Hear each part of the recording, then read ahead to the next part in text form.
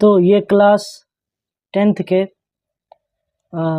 4 जून, ठीक है, यानी कि अरे ये जून का स्पेलिंग भी गलत है। ये क्लास 10th के 4 जून यानी कि गुरुवार का वीडियो होने वाला है, ठीक है।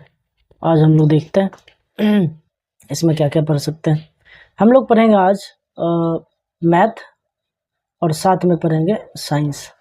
हालांकि साइंस अभी नहीं पढ़ाने वाले थे, लेकिन फिर भी अब साइंस भी पढ़ लेंगे। साइंस में क्या पढ़ेंगे हम लोग? बायोलॉजी पढ़ेंगे, बायो पढ़ेंगे, ठीक है, साथ में मैथ पढ़ेंगे, ठीक। दोनों अच्छे पढ़ते हैं। देखो ज़्यादा टाइम वेस्ट नहीं करेंगे, स्टार्ट करते हैं सीधे। कारण बताइए तुमको क्यों साइंस पढ़ाना पड़ रहा है हमें।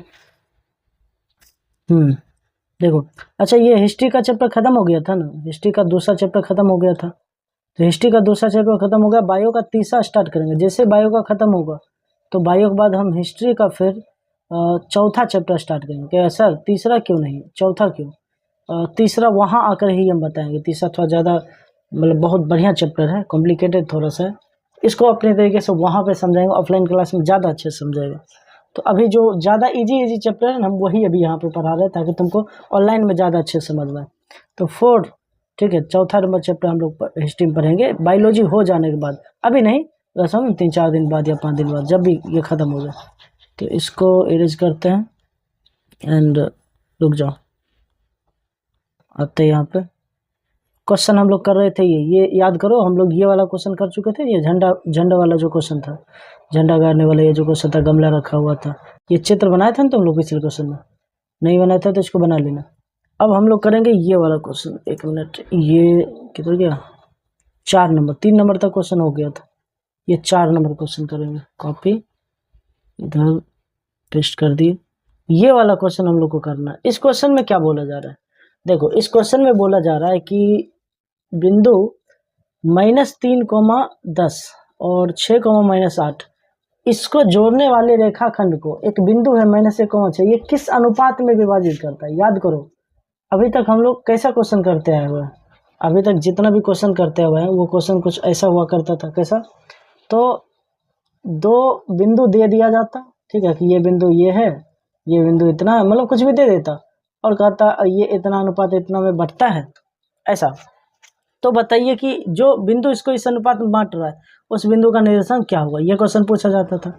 लेकिन यहाँ वाले क्वेश्चन में क्या सीन है? यहाँ पे ऐसा है कि तुमको ये दे दिया गया, मतलब ये समझो ये वाला बिंदु दे दिया गया, मान लो कोई भी एक बिंदु है, कोई भी बिंदु हो सकता है, ये भी दे दिया गया, और इस बिंदु का निर्देशांक पूछ नहीं रहा है, बल्कि इसका भी निर्देशांक दे ही दिया, इसका भी कुछ मान दे दिया।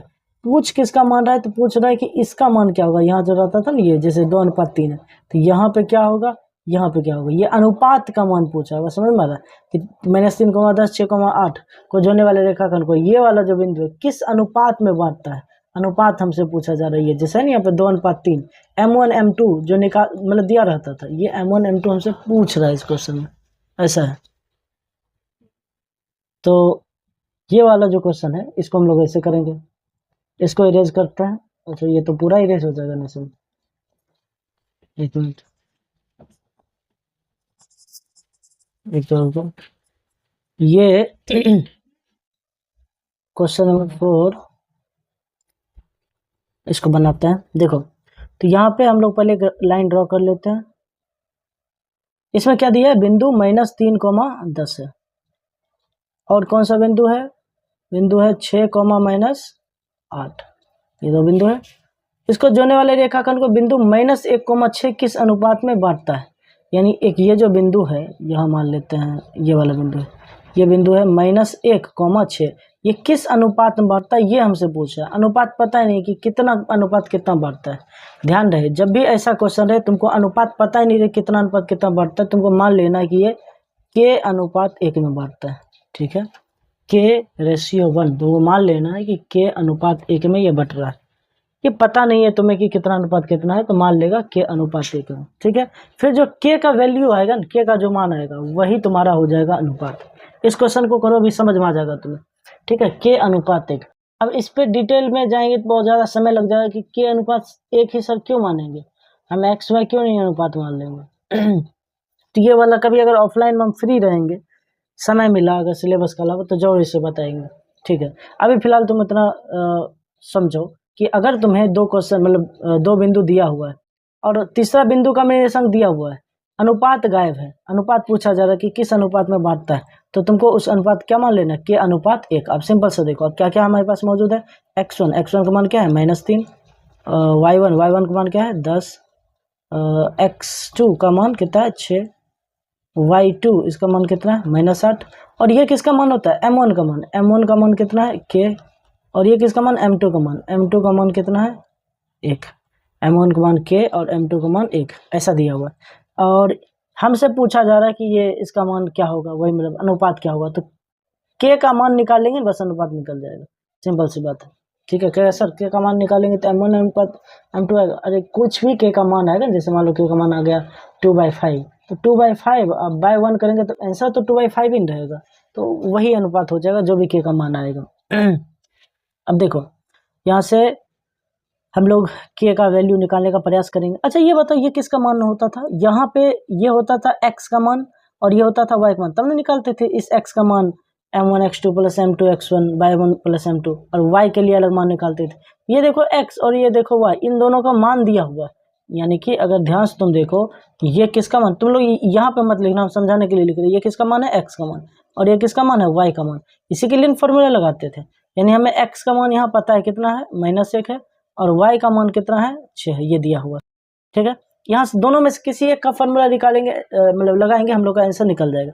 चलो x का ही फॉर्मूला लगाते हैं, पता है तुम्हें x बराबर क्या फॉर्मूला होता है, x बराबर फॉर्मूला होता है m1 x2 plus m2 x1 bye, जल्दी बोलो, m1 प्लस क्या m2, m1 प्लस m2। ठीक है, तो मान बिठाते हैं। अब ये बताओ तुम हमें, ये जो है x का मान कितना है, x का तो मान दे रखा है तुम्हें, ध्यान से देखो x का मान तो -1 है, यहाँ देखो ये रहा x का मान -1, इसी का तो मान निकालते थे जो दिया हुआ पहले से, इसका मान -1 है। m1 का मान कितना k इंटू x2 का मान 6 प्लस m2 का मान 1 गुना x1 का मान -3, ठीक है, बटा m1 प्लस m1 का मान कितना k प्लस m2 का मान कितना है, m2 का मान 1, ये मान दिया हुआ। चलो अब इसमें बिठाते हैं और आंसर इसको निकालते हैं। यहाँ पे देखो क्या हो जाएगा, इधर -1 है तो -1, खाली अभी मान बिठा और कुछ भी नहीं किया। k गुना 6 कितना हो जाएगा 6k, यानी 6k प्लस गुना माइनस 1 गुना 3 कितना हो जाएगा 3 बटा k प्लस 1, कितना हो जाएगा k प्लस में 1। ठीक है, अब देखो नहीं कुछ इसके नीचे 1 होगा ना, बिल्कुल होगा। अब यहाँ क्रॉस मल्टीप्लिकेशन कर सकते हैं, तो बताओ -1 किसके साथ गुना होगा, -1 गुना हो जाएगा k प्लस 1 के साथ, और ये 6k - 1 किसके साथ गुना हो जाएगा। ठीक है, एक काम करो, पहले इसी को गुना कर दे क्या, और मतलब बात एक ही होता है, लेकिन हम चाह रहे हैं कि एक स्टेप और कम हो जाए, तुम लोग को समझ में आ जाए अच्छे से। पहले इसी गुना कर देते, उससे कोई दिक्कत नहीं, इसको इससे करो गुना पहले, या इससे, मेरा मन कर रहा है अभी पहले इसको इससे गुना कर देते हैं। ठीक है, पहले इसको इससे गुना कर देते हैं, इसको इससे, तो एक को करेंगे 6k - 3 गुना, तो ये हो जाएगा 6k - 3, और ये होगा इसके साथ गुना, तो हो जाएगा k प्लस 1 गुना में क्या, किसके साथ गुना करें -1 के साथ, तो -1 के साथ जब इसको गुना करेंगे तो क्या होगा 6k - 3 बराबर, देखो तो k गुना माइनस है कितना -k, 1 गुना माइनस है कितना -1, इतना ही ना होगा। अब देखो 6k माइनस में k है, इधर आएगा तो क्या हो जाएगा प्लस में k, उधर क्या बचा माइनस में 1, ये माइनस में 3 बचा होगा। ठीक है, माइनस में 3, ये उधर चल जाएगा 1 के साथ, ये क्या हो जाएगा +3 हो जाएगा। बताओ 6k और 1k कितना हो जाएगा 7k, -1 और +3 ये कितना हो जाएगा प्लस में 2, -1 + 3 ये कितना हो जाएगा प्लस में 2 हो जाएगा। तो k बराबर देखो क्या हो जाएगा, k बराबर हो जाएगा 2/7। ठीक है, 7 गुना था तो भाग, k का मान इतना निकल गया। तो अच्छा अनुपात अब हमें निकालते हैं, अतः अनुपात बराबर, इसलिए रेशियो, इसलिए m, ये क्या सेलेक्ट हो जा रहा है बार बार, और जो इसलिए इसलिए m1 और m2 का अनुपात कितना हो जाएगा। देखो m1 का मान कितना, m1 m2 का मान क्या माने थे हम, k माने थे, और m2 का मान माने थे 1, ये नहीं माने थे, k अनुपात 1, यानी कि k का मान कितना आया 2:7 अनुपात, ठीक है 1। इसका आंसर निकालेगा ना तुम्हारा इतना ही आंसर आएगा 2:7। बस समझ में आ रहा है, नहीं समझ आ रहा है तो इससे समझो। देखो हमें निकालना था ना ये इसका मान m1/m2 का मान, m1/m2 इसका मान निकालना था, ठीक है m1 और m2 का अनुपात निकालना था। m1 का मान कितना k और m2 का मान कितना था 1, ठीक है। k का मान देखो कितना है 2/7 और बटा फिर क्या 1, एक नहीं कुछ नीचे में ये भी फिर भी ऊपर जाएगा तो कितना हो जाएगा 1 ही ना होगा, और 2/7 गुना 1/1 आखिर तो रहेगा 2/7 ही, कुछ चेंज होगा इसमें क्या, नहीं। तो इसी वजह से अनुपात में एक रहे नहीं रहे उससे कोई मतलब ही नहीं। तो अनुपात का मान हमारा कितना आ गया 2:7, सिंपल सी बात, ठीक है। ये हो गया हमारा आंसर। तो तुम क्या करो अभी वीडियो को जल्दी से रोको यहीं पे और जल्दी से नोट करो इसको, वीडियो रोक लो नोट करो जल्दी।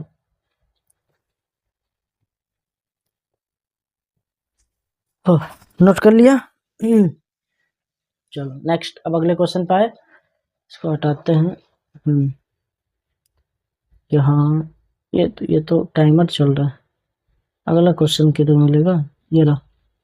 यहाँ पे देखो अब अगला क्वेश्चन, ये इसको कॉपी कर लेते, 5वां क्वेश्चन हम लोग करेंगे ना, ये वाला क्वेश्चन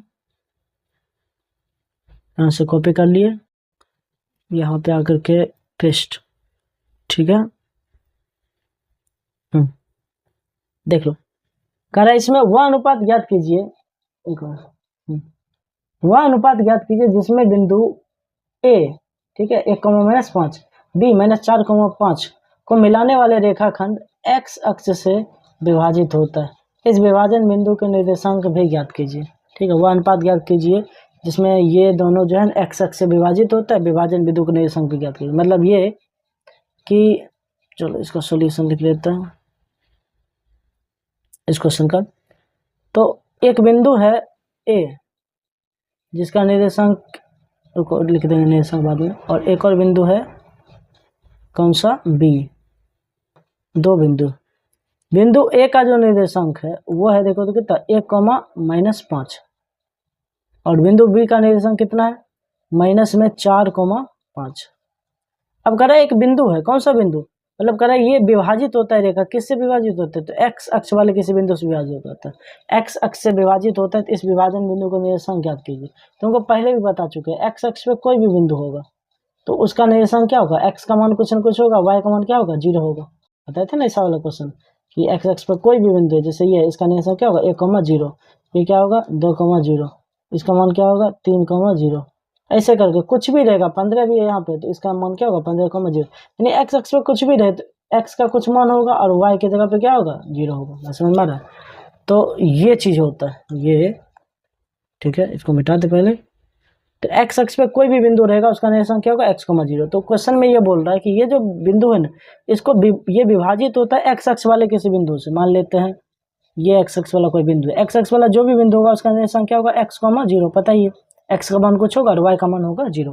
इस बिंदु से ये विभाजित होता है, तो इसका तुमको अनुपात निकालना कि इतना अनुपात इतना क्या होगा। ये बात हम पहले भी बता चुके हैं कि अगर अनुपात गायब रहे तो क्या मानना है इसको, पिछले क्वेश्चन बात है, जल्दी बताओ क्या मानेगा, अनुपात नहीं है तो यहाँ सही बात है, क्या मानेंगे k/1, ठीक है k/1। जब भी अनुपात पूछा जाए, इस क्वेश्चन में भी अनुपात ही नहीं पूछा है कि ये जो दिया हुआ है x अक्ष से विभाजित हो रहा है, ठीक है, इसका अनुपात बताइए, k/1 का अनुपात पूछ रहा है हमसे, तो इसका अनुपात बताते हैं। सबसे पहले इसमें देखो क्या क्या दिया लिख लेंगे।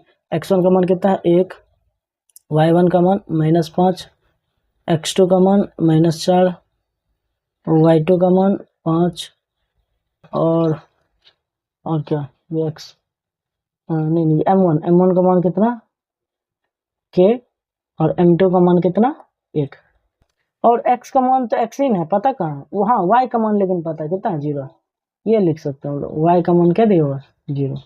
तो इस क्लू का ही यूज करके हम लोग इसको बनाएंगे। x का मान है नहीं तो हम लोग x का मान बिठाएंगे नहीं, y का मान 0 दिया हुआ, इससे हम लोग कुछ कर सकते हैं। लिखेंगे यहाँ पे y का मान इस क्वेश्चन में दिया हुआ क्या है 0 है, तो y का मान 0 है, एक मिनट, y का मान क्या दिया हुआ है 0, ठीक है इतना दिया हुआ है। यहाँ पे y वाला फॉर्मूला लगा देंगे, y का फॉर्मूला क्या है m1 y2 + m2 y1 बटा बटा क्या m1 प्लस m2 बराबर क्या 0। ठीक है, एक सेकेंड, नेक्स्ट। तो अब मान बिठाते हैं। m1 का मान कितना 1, तो 1 इंटू y2 का मान कितना y2 5 प्लस m2 का मान कितना, 1 मिनट, ये तो गलती हो गया ना, यही सब चीज जो है मिस्टेक छोटा छोटा हो जाता है। m1 का मान k था ना, k गुना y2 का मान कितना 5 प्लस m2 का मान कितना 1 गुना y1 का मान कितना -5, y1 का मान -5 बटा आगे m1 प्लस m1 का मान k प्लस m2 का मान 1। ठीक है, यहाँ दिया हुआ m1 m2 का बराबर। अच्छा, ये तो इसका मान हुआ, ये किसके बराबर है 0 के बराबर, क्यों, क्योंकि y का मान क्या है 0 है। ठीक है, मान बिठा दिए यहाँ पे सभी का। चलो मान बिठाए ही, इसको बिठा देते हैं, कुछ क्या हो गया। ठीक है,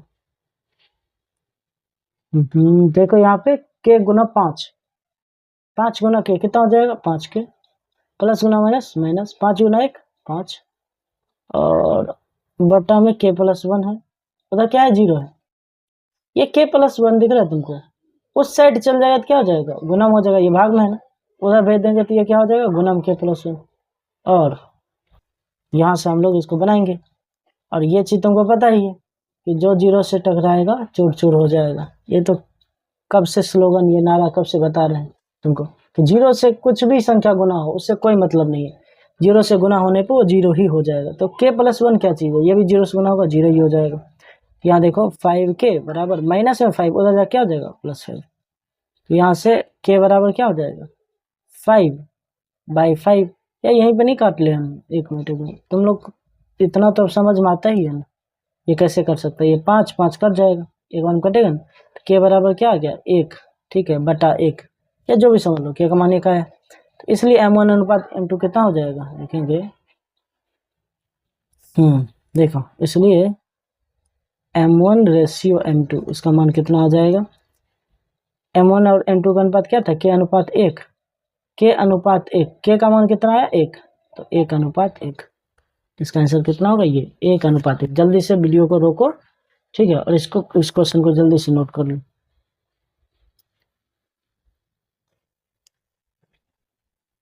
लिख लिया, चलो अब इस क्वेश्चन में आगे बढ़ते हैं। ठीक है, देखो नेक्स्ट, आई थिंक समय हो चुका हम लोग का, ठीक है, अब हम लोग अगला विषय पढ़ते हैं, इसके बाद का क्वेश्चन अगले दिन कराएंगे। ठीक है, आराम से ही पढ़ेंगे, कोई जल्दबाजी नहीं है, एनफ हो जाएगा, इतना उतारो तुम आराम से। अगला विषय हम लोग पढ़ते हैं, अगला जो सब्जेक्ट हम लोग पढ़ने वाला, आज पढ़ेंगे हम लोग बायोलॉजी। ठीक है, हम लोग पढ़ेंगे बायोलॉजी। बायोलॉजी में हम लोग क्या पढ़ेंगे पता है, बायोलॉजी में हम लोग पढ़ेंगे तीसरा चैप्टर। ठीक है, तीसरा चैप्टर जिसका नाम है परिवहन, ट्रांसपोर्टेशन। तीसरा चैप्टर पढ़ेंगे जिसका नाम है परिवहन, ट्रांसपोर्टेशन। क्या लग नहीं रहा है ये बायोलॉजी का चैप्टर, ये तो लग रहा है कि कोई ज्योग्राफी का चैप्टर है। ठीक है, ट्रांसपोर्टेशन यानी कि परिवहन, तो ये वाला चैप्टर हम लोग को पढ़ना है। ठीक है, बहुत अच्छा चैप्टर है ये। क्या है, आज तो हम लोग को लगता है बेसिक ही निकल जाएगा ये करने में। ठीक है, तो देखते हैं, फिर भी समझ में आ रहा है कि नहीं पता नहीं, तुम लोग को आना तो चाहिए, ये सब भी अब समझ में ना आए तो फिर कैसे काम चलेगा। ठीक है, देखा जाए तो यहाँ पे एक मिनट, ठीक है, परिवहन ट्रांसपोर्टेशन ये सब तो ठीक लिखा हुआ। यहाँ अब हम लोग सबसे पहले तो हम लोग परिवहन का मतलब समझ लेते हैं। ठीक है, ये परिवहन जो है, परिवहन का मतलब क्या होता है, ट्रांसपोर्टेशन का मतलब क्या होता है परिवहन का मतलब एक बार समझो, वाहन मतलब एक जगह से दो जगह तक, मतलब एक जगह से दूसरे जगह तक मान लो कुछ चीज अगर ढो के लाया जा रहा है या जा रहा है एक जगह दूसरे जगह तक, कुछ भी चीज परिवहन हो रहा है उसका। ठीक है, मतलब तुम समझो ना, यहाँ पे क्या मान लो बहुत सारा बालू रखा हुआ। ठीक है, ये रहा बालू, एक ट्रैक्टर आता है। ठीक है, ट्रैक्टर समझता है ना, ट्रैक्टर और ट्रक में अंतर होता है। तो ये ट्रैक्टर आता है, ट्रक बनाना ज़्यादा आसान है। मान लो एक ट्रक आता है, बहुत सारा बालू है, एक ट्रक आया, ये रोड है पूरा, मान लो ये ट्रक आया और ये ट्रक वाला जो है इसमें बालू पूरा भर लिया, ठीक है, इसमें बहुत सारा चक्का वगैरह है, ऐसा है ट्रक। हाँ, तो ये इसमें भर लेता है, ठीक है। उसके बाद ये ले करके जाता है, मान लो इस वाले जगह से, मान लो ये कोई जगह होगा, यहाँ से लेकर के पूरा मान लो इधर से होते हुए रास्ता है, मतलब पहाड़ी रास्ता, कैसे भी रास्ता, मान लो यहाँ से घुमाते हुए, लग रहा है हम लोग भूल भुलैया बना रहे हैं। पता है बचपन में ऐसा वाला बहुत खेला करते थे, ये सब बना बना करके। ये तो हाथ लग रहा है, बन जा रहा है। अच्छा छोड़ो छोड़ो, मान लो यहाँ पे रास्ता, ये तो रास्ता नहीं लग रहा है, इसको मिटाते हैं, रुक जाओ। मान लो ऐसे रास्ता है, इधर से होते हुए पहाड़ी रास्ता है, ऐसे करके ऐसे, और यहाँ पहुँचना, ये जगह है। मान लो ये बेचारा का एक कोई व्यक्ति है, उसको मंगाना है, ये झोपड़ी है, ये पक्का घर बनवाना चाह रहा है, तो यहाँ से मंगवा रहा है ये बालू। तो अब ये यहाँ पे बालू लोड हुआ और यहाँ से होते होते होते होते यहाँ से इस रास्ता से होते हुए, ठीक है, यहाँ से होते होते ये पहुँचेगा इस वाले जगह, पहुँचेगा ना यहाँ पे, इस जगह पे पहुँचेगा, मतलब यहाँ से घूमते घूमते घूमते यहाँ पे जाकर के ये पहुँच जाएगा इस वाले जगह पे, ठीक है। तो यहाँ से ये बालू को ये ट्रक ले करके पूरा का पूरा यहाँ पे यहाँ तक पहुँचा। इस बालू का पता है क्या हुआ, इस बालू का हुआ परिवहन, इस बालू का क्या हुआ, परिवहन हुआ, एक जगह से बालू दूसरी जगह तक गया, ठीक है। और भी एग्जाम्पल समझो, ठीक, जैसे मान लो इसको हम बैक कर लेते हैं, एक मिनट और बैक हो सकता लगता है। मान लो बालू हटाते हैं, बालू की जगह पे मान लो तुम ही है, ठीक है, इसको मिटाते पहले।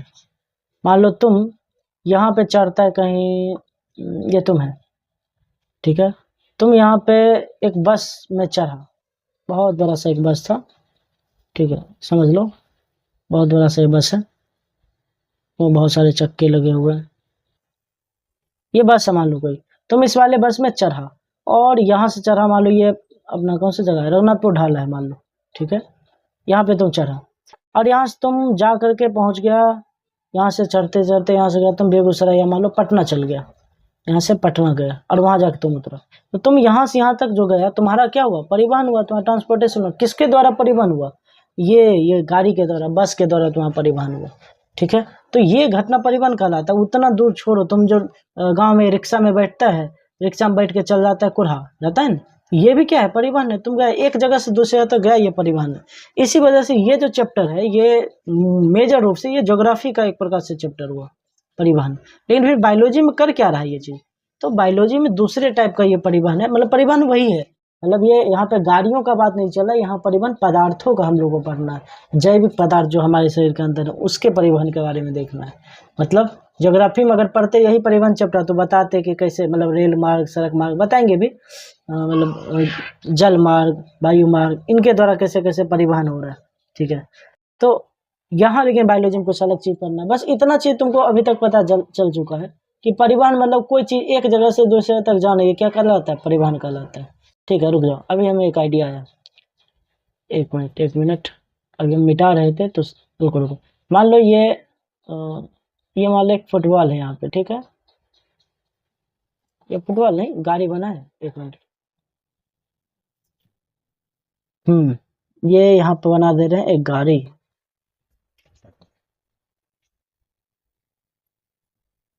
एक कार है, ठीक है, बहुत घटिया सा कार दिख रहा होगा, कोई बात नहीं, समझ लो ये कार है, ठीक।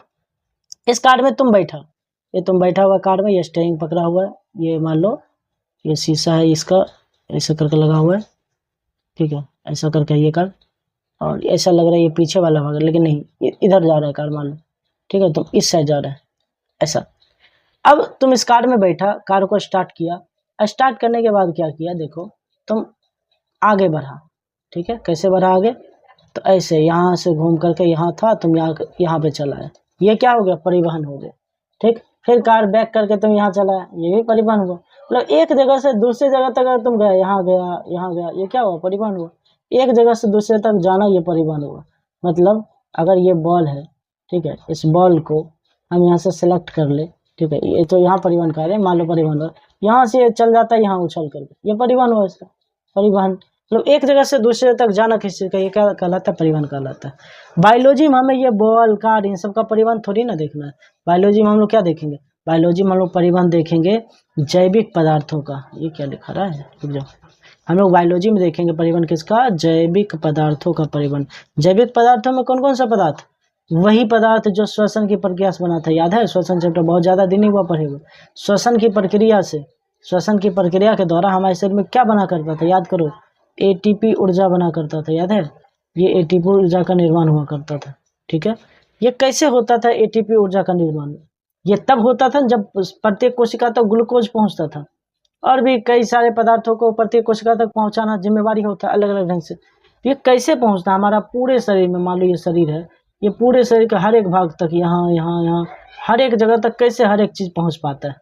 ये कुछ तो होगा बीच में, एक सिस्टम परिवहन का, मतलब आने जाने का रास्ता समझो पूरे शरीर में, तब यहाँ से कोई पदार्थ यहाँ तक आ जाता है। तो हमारे शरीर में भी जैसे एक प्रकार समझो एक परिवहन तंत्र है। रोड जैसे मान लो यहाँ से ये रोड जा रहा है, मान लो यहाँ शहर की ओर जा रहा है, ठीक है, परिवहन का रास्ता है। ठीक है, ये रोड हो गया परिवहन का रास्ता, शहर की ओर जा रहा है। ऐसे हमारे शरीर में भी कुछ तो रास्ता होगा जिसके द्वारा हमारे शरीर में कुछ पदार्थ ऊपर, मतलब हर एक जगह पे जा पाते हैं। तो वो हमारे शरीर का क्या हो गया? परिवहन तंत्र हो गया। उसी परिवहन के बारे में देखेंगे हम लोग को इस चैप्टर में। उसी परिवहन के बारे में देखना है, समझना है। ठीक है, अब वो क्या होगा इसको समझते हैं। लगता नहीं आज समझ पाएंगे, फिर भी देखते हैं, थोड़ा बहुत हम बता देते हैं अभी के लिए, उनको कुछ तो समझ में ही जाएगा। परिवहन का बेसिक बात है, बहुत सारा चीज़ समझ में ही गया होगा, ये परिवहन क्या होता है। ठीक है, जीवों में परिवहन क्या होता है या क्यों जरूरी है परिवहन जीवों में होना, ये समझो।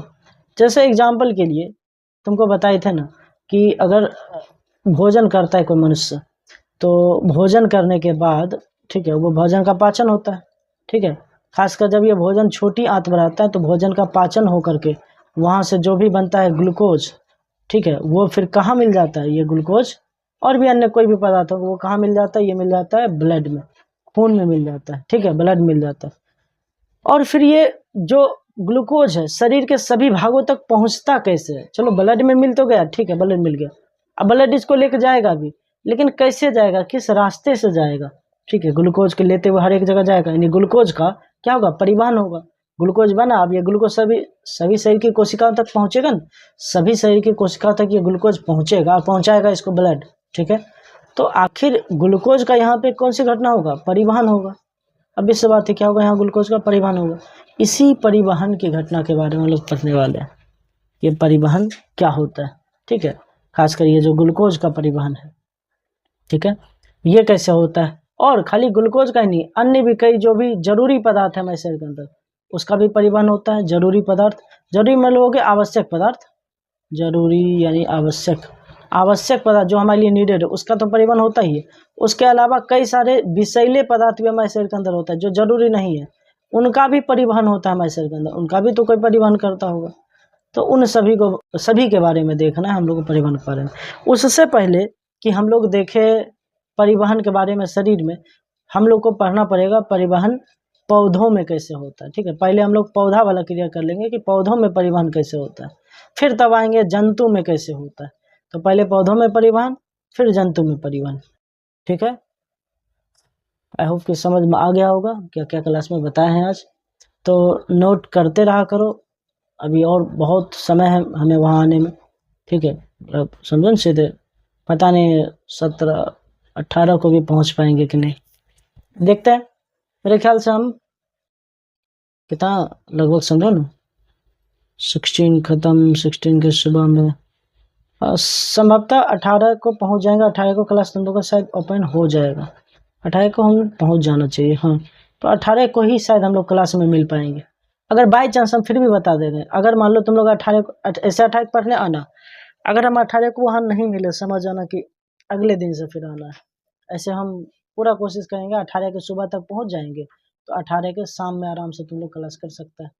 ठीक है, बस समझ रहे, तो आ ही जाएंगे समझो ना 18 को। तो लेकिन अभी भी दिन है ना, कितना दिन लगभग समझो ना, अभी भी 12 दिन लगभग अभी समय है, अभी कुछ दिन और, अभी तुमको ऐसे ही ऑनलाइन क्लास करना है।